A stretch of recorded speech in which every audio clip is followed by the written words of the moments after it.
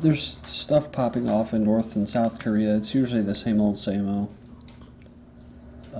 Test firing missiles, and one reacts, and sometimes I wonder if this is all just a show to divert attention from something else, like I was covering in the first video where there's people in New Zealand protesting against the Trans-Pacific Partnership, and then you have Ukraine, and they have the Transatlantic Partnership and more consolidation, and the EU.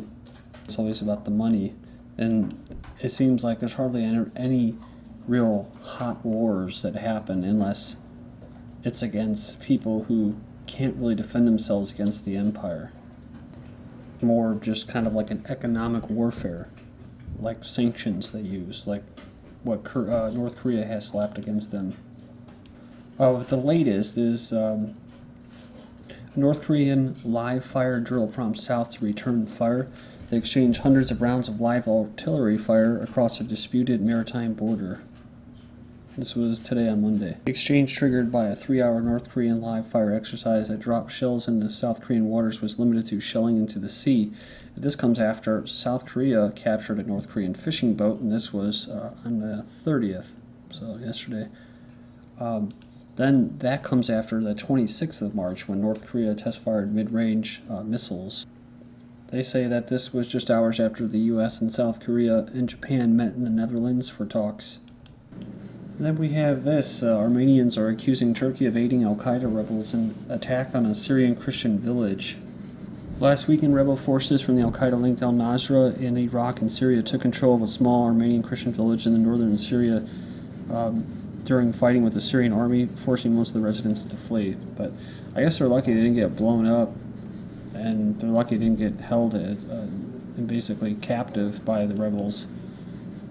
Former Turkish commander killed in Syria's Hasaka. There was reports about the death of this guy, a Turkish national and former commando with the Turkish Special Forces known as Omar al-Farak, and also the death of terrorists from northern Iraq, nicknamed Abu Maria, during recent clashes. Then Syrian army killed large numbers of terrorists, including Turkish doctors, and massive strikes by the Syrian army against the armed mercenaries, Jabal al-Qos, whatever, have resulted in deaths of a large number of them, including Turkish doctors among them. A large number of them is so-called Arar al-Sham terrorist battalion.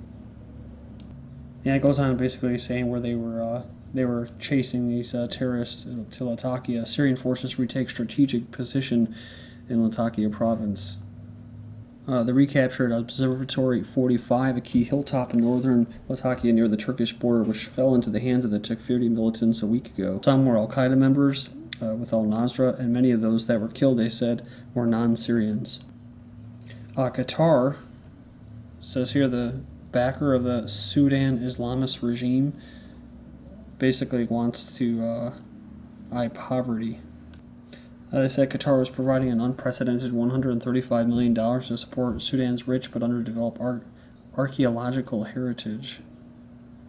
And the last couple articles I have for you. UN warns of humanitarian crisis in South Sudan. People are in acute need, and large-scale population displacement and disruption of markets and trade routes are creating food security crises. And last article for this video about the outbreak. Says we will lose many people as far as this Ebola goes in Guinea. One of the world's most terrifying viruses is multiplying. 70 people have died since the Ebola virus in Guinea hit in recent weeks. They say that it's a deadly strain of hemorrhagic fever reported, and it's also spreading to Sierra Leone and Liberia. They said it's normally acquired through the consumption of meat from bats or monkeys, so they basically put a ban on bat soup. And but they said because the virus can be spread from human to human via feces, blood, saliva, or sweat, it's possible that the virus is now spreading through the general population.